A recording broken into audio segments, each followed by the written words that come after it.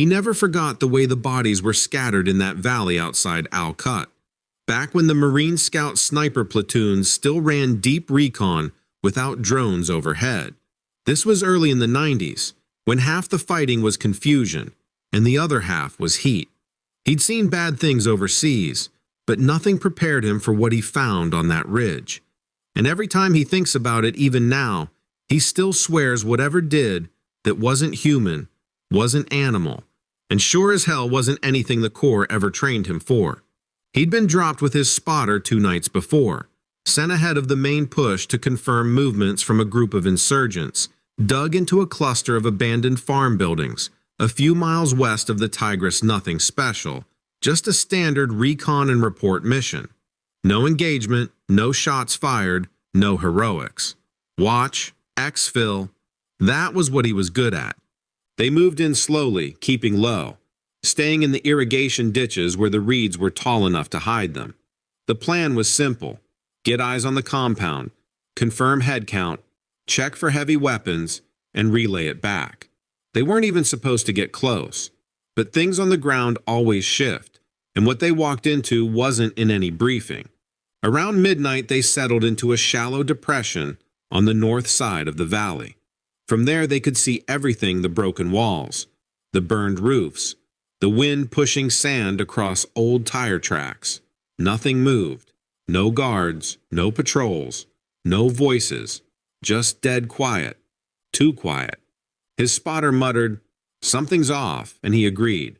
Even insurgents half asleep always had someone out with a rifle. Tonight, nothing. He checked his scope again. Empty windows, empty doorways, a single lamp flickering inside the main building. No bodies, no animals, no movement at all. That kind of silence in a war zone doesn't mean safety. It means something got there first. They waited. 10 minutes, 20, almost an hour. Nothing changed. Then, without warning, they heard gunfire close, sharp, frantic. Not aimed fire, panic fire, coming from the far side of the compound. He crawled up the ridge a little higher, trying to get a better angle. That's when he saw the first shadow. Something tall moved along the back wall of the building, fast on 2 legs, but with a crouched, forward-leaning posture that wasn't quite right. The moonlight barely caught it, but it was enough to see the way it lunged, more like it was thrown forward by its own momentum than stepping normally. And then the screaming started. Not the usual kind, the wounded or dying. This was louder, raw, terrified. Men who'd fought before suddenly screaming like they were being torn apart. He watched through the scope, expecting to see a group of attackers, maybe another unit hitting the compound. What he saw instead turned his stomach cold. The creature, whatever it was, crashed through the back door and came out dragging a man by the leg, just dragging him like he weighed nothing. The man fought, clawed, reached for something, anything. It didn't matter. The creature lifted him off the ground, and there was a sickening twist. He didn't want to think about the rest. More insurgents poured out of the building, firing wildly. A KS on full auto, rounds ripping across the walls, dust exploding around the courtyard. They hit the thing. He saw the impacts. He saw the ricochets. But it didn't slow, didn't drop, didn't even flinch. It turned toward them, and the way it moved made no sense, like it was built for speed that a body that size shouldn't have. He lowered the scope for a second, just to blink, to reset his brain. His spotter whispered, "What the hell is that?" But the question wasn't meant to be answered. The creature slammed into the men firing, and all hell broke loose. He saw limbs fly, saw a rifle bent in half like it was made of cheap metal, saw one of the insurgents lifted clear off his feet, then thrown so hard against the wall that his body folded on impact. He'd seen mortar strikes do less damage. The thing's shoulders were massive, its arms long, and its head, he barely saw it. But there was something distinctly wrong about the shape. Not round, not flat, more like a snout. But he refused to process that at the time. He kept trying to force it into something familiar, some kind of crazed fighter on drugs, some animal cornered, something logical, but nothing fit. He and his spotter stayed perfectly still, perfectly silent, watching the impossible.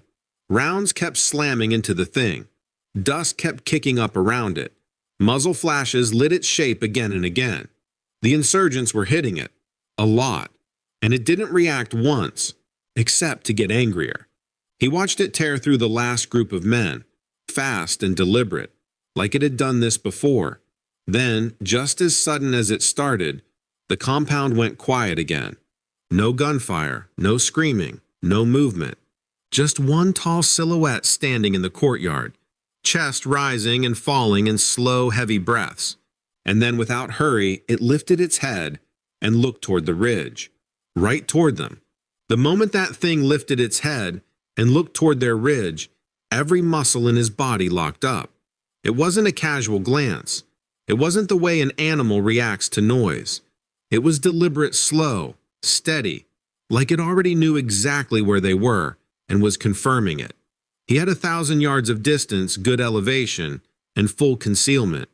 But for the first time in his life, he felt exposed, like that valley had somehow flipped and he was the one being scouted. His spotter whispered, "Don't move." He didn't need to hear it. Moving wasn't on the table. The creature stood there for a long stretch, its chest expanding and contracting, like it was smelling the air, sifting through scents. Its posture reminded him of wolves he'd seen back home, shoulders forward, weight low, everything coiled like it could launch uphill in an instant. But wolves weren't 8 feet tall. Wolves didn't tear men in half. Wolves didn't take automatic rifle fire like raindrops. He slowly eased his cheek off the stock of the rifle. He couldn't keep looking at it through magnification. Every detail made it worse, more real. He stared with the naked eye now, hoping to blur the edges of what he'd seen. But even from a distance, its outline looked wrong. Shoulders too wide, arms too long. The head shaped all wrong, more forward-leaning, more predatory. After a few seconds or minutes, he couldn't tell how long it finally turned away. Stepping back into the courtyard, it didn't lumber or drag itself. It moved with controlled force, like every step was intentional, a professional, a predator, something built for that kind of violence. Once it disappeared inside the building again, he let out the breath he'd been choking down. The spotter slid a hand over his arm. "We're not reporting this." He didn't argue. No one would believe them. And worse, they'd get stuck answering questions they didn't want to answer. The Corps didn't handle stories like this, well, nobody did. "We wait for exfil," he said quietly. That was the safe call. "Yeah," the spotter nodded. "We wait." They hunkered down in the depression behind the ridge, watching the compound from cover, but not daring to peek directly. Every few minutes he checked the perimeter, through the smallest sliver of brush he could find. Nothing moved inside. No survivors. No voices. Nothing but the occasional flicker of light from that single lamp. The sun started lifting over the horizon, spreading that early yellow edge across the sand. Heat rose fast, the kind that sucked the moisture out of your mouth. Normally, they'd be prepping to move before dawn to avoid detection.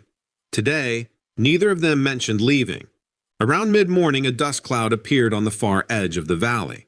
He recognized the pattern: 2 enemy trucks kicking up sand as they approached the compound reinforcements, probably checking on their guys or delivering more weapons. "Here we go," the spotter muttered. The trucks rolled in through the main entrance, stopping fast when the men inside saw the bodies scattered like crushed dolls. Shouting started immediately. Men ran in every direction, weapons up, eyes wide, panic forming faster than orders. He counted at least 12 of them, too many for a single creature to handle, if that thing was anything close to normal. But it wasn't. The first man to step into the courtyard froze, raised his weapon slowly, then fired twice into the doorway of the main building. The others shouted at him, probably demanding answers he didn't have. Then something blurred past the door. Not a full shape, not yet. Just speed, pure speed. The next second was chaos. The creature burst from the shadow of the doorway and hit the group so fast that 2 men didn't even get a chance to turn. It lifted one by the chest and hurled him into a wall. The sound of his body hitting the bricks carried all the way across the valley, even without his scope. The rest opened fire immediately. Controlled bursts, tracers, everything they had. Rounds slammed into the thing's torso, its arms, its head. Dust exploded around it. But just like the night before, it didn't drop, didn't even slow. It moved through them like it belonged there, like it owned that ground. He watched one insurgent's head snap sideways, like someone twisted it off clean. Another tried to crawl under a truck.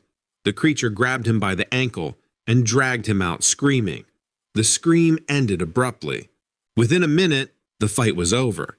12 men gone, 8 bodies torn apart, 4 missing entirely.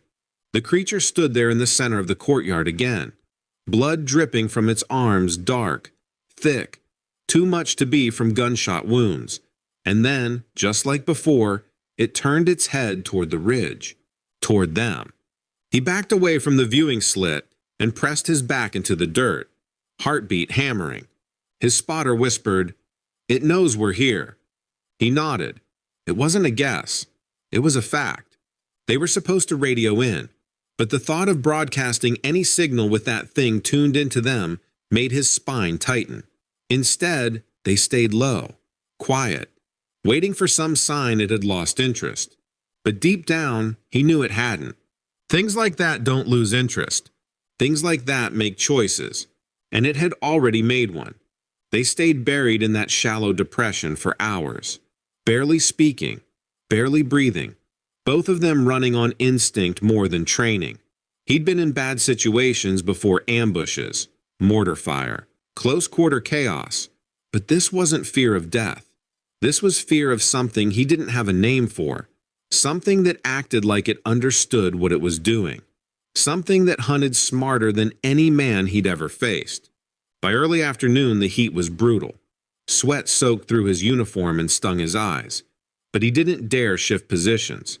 His spotter finally whispered, "We need to move before it decides to come up here." He didn't disagree. Every second spent in that valley felt borrowed.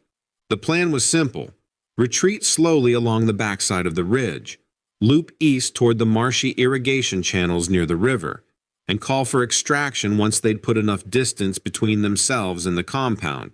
They didn't talk about the thing. They didn't describe it or compare notes. They both knew if they started putting words to it, their nerves would crack. They moved in short bursts: crawl 10 feet, listen 30 seconds, crawl again. The valley stayed silent, too silent. No scavenger birds came. No dogs barked in the distance. No distant gunfire from other skirmishes. It was as if the entire area had emptied itself out. When they reached a notch in the ridge, he risked one glance back toward the compound. Smoke drifted from one of the trucks, but otherwise nothing moved. Bodies still lay where they'd been thrown. Not a single fighter had fled the scene. Not a single survivor had limped away. His spotter tapped his boot. Time to move. They dropped down the backside of the ridge and began working east. The terrain was rough, dry stream beds, thorny shrubs, loose rock, but it gave them cover. After nearly an hour of slow escape, they finally reached a wide stretch of cracked earth that fed into the irrigation channels. He let out a breath he didn't realize he'd been holding. "Give me the radio," the spotter whispered. He nodded and pulled it out. The radio felt heavier than usual, like admitting what they'd seen had weight to it. But protocol was protocol. They needed to get a team out here before any remaining enemy forces regrouped. The spotter keyed the mic. Before he spoke, both of them froze. Something echoed across the valley. A low rolling growl, not the kind an animal makes from its throat. This sounded like it came from somewhere deeper, almost chest level, like a threat meant for anything within earshot. The spotter's hand shook against the radio. "It's hunting," he whispered. He didn't answer. There wasn't anything to say. They started moving again, faster now. Not crawling, not sprinting, but a controlled, urgent pace along the cracked valley floor. Every few seconds he looked over his shoulder, expecting to see that massive silhouette cresting the ridge behind them. Nothing. But the growl came again. Closer, They cut across a wide flat of sand toward the marshy fields near the Tigris. If they could reach the tall reeds, they'd have better concealment. They were maybe 200 yards from the water when the spotter stopped abruptly and raised his rifle. "What?" he whispered. The spotter didn't answer immediately. He kept staring at a patch of tall grass 20 yards ahead. Then he saw it too. Not the full creature, not even its outline. Just the way the grass moves slow, steady, in a straight line. Not wind. Wind shakes everything around it. This moved like something large was pushing through, parting it with each step. They backed away. The grass stilled. Silence. Then, with no warning, a shape burst out of the reeds. Not the creature, but a man. One of the insurgents. He was covered in blood from the waist up, stumbling, barely holding himself upright. Half his face was torn open. One arm hung useless. He collapsed at their feet, gasping something in Arabic neither of them caught. Then his eyes widened, and he managed one final word, one long, drawn-out plea, before his body went limp. Whatever language that word was in didn't matter. The meaning was obvious. It was behind him. Both Marines swung their rifles toward the reeds. What stepped out wasn't charging. It wasn't flailing. It wasn't wounded. It was calm too, calm towering above the grass. Shoulders heaving slightly like it had just finished running a marathon, but wasn't tired. Its eyes locked on them the same way it had the night before, unblinking, calculating, certain of itself, in a way no animal had any right to be. He whispered, "Don't fire unless it moves." The spotter whispered, "It's gonna move." The creature stepped forward once, then twice, slow and deliberate, like it was giving them time to understand something like this wasn't a chase anymore. This was a decision. His spotter's finger hovered on the trigger. He tightened his grip, and right as the creature shifted its weight like it was preparing to lunge, gunfire exploded from the far edge of the marsh. Not enemy gunfire, friendly. An entire squad of Marines burst through the reeds, shouting orders, weapons up, pushing forward in a wide line. The creature turned toward the new threat. Its whole body tensed, and for the first time they saw something like hesitation, not fear, a choice. Then, with a single bound, it vanished back into the tall grass, gone as fast as it had appeared. The squad reached them seconds later, shouting, pulling them to cover, asking what the hell they'd seen. He didn't answer. Neither did his spotter, because nothing they could say would ever get written into any report, and nothing they'd seen was going to stay buried forever. They got dragged behind the Marine squad and moved fast, hugging the shoulder of the marsh until they reached a small cluster of half-collapsed storage sheds the Army had been using as a temporary staging point. Medical was waiting. Water was waiting. Paperwork was waiting. None of it mattered. He and his spotter sat on overturned crates, silent, while the squad leader barked orders and set up a perimeter. A staff sergeant came over, clipboard in hand. "You two were positioned near the compound, right? You send anything up?" He nodded but didn't explain. The sergeant looked between them, confused, maybe irritated. "You're going to need to brief the LT on what you saw." His spotter said, "Negative, nothing to brief." That wasn't the answer the sergeant wanted, but he didn't push. Maybe he saw the look in their eyes. Both of them pale, locked, still listening for movement they knew logically couldn't be there, except logic didn't mean much that day. The LT showed up a few minutes later anyway. Young, strict posture, boots too clean. "We need intel from the ridge," he said sharply. "What happened to the fighters at that compound? My squad found bodies torn apart like they got hit by armor support. But there's no tracks, no blast pattern, no." He cut him off. "Sir, it wasn't armor." The LT's brow tightened. Then what was it? Neither he nor his spotter answered. The LT exhaled sharply. "You two look like hell. Medical will check you for heat injury first. Then you're giving me a full accounting." He didn't argue. No point. But he already knew most of what he saw would never be repeated out loud again. The corpsman checked them over pulse, hydration, pupils, and kept asking the same question. Were you exposed to any chemicals? They just shook their heads. No one could imagine the real reason they looked rattled. After the exam, they were moved into one of the shade canopies set up behind the sheds. The LT followed, still carrying the clipboard. Start from the beginning, he said. Fine. He'd tell him the parts that wouldn't get him laughed out of the Corps. He described spotting the compound. He described the first group of fighters getting hit by something.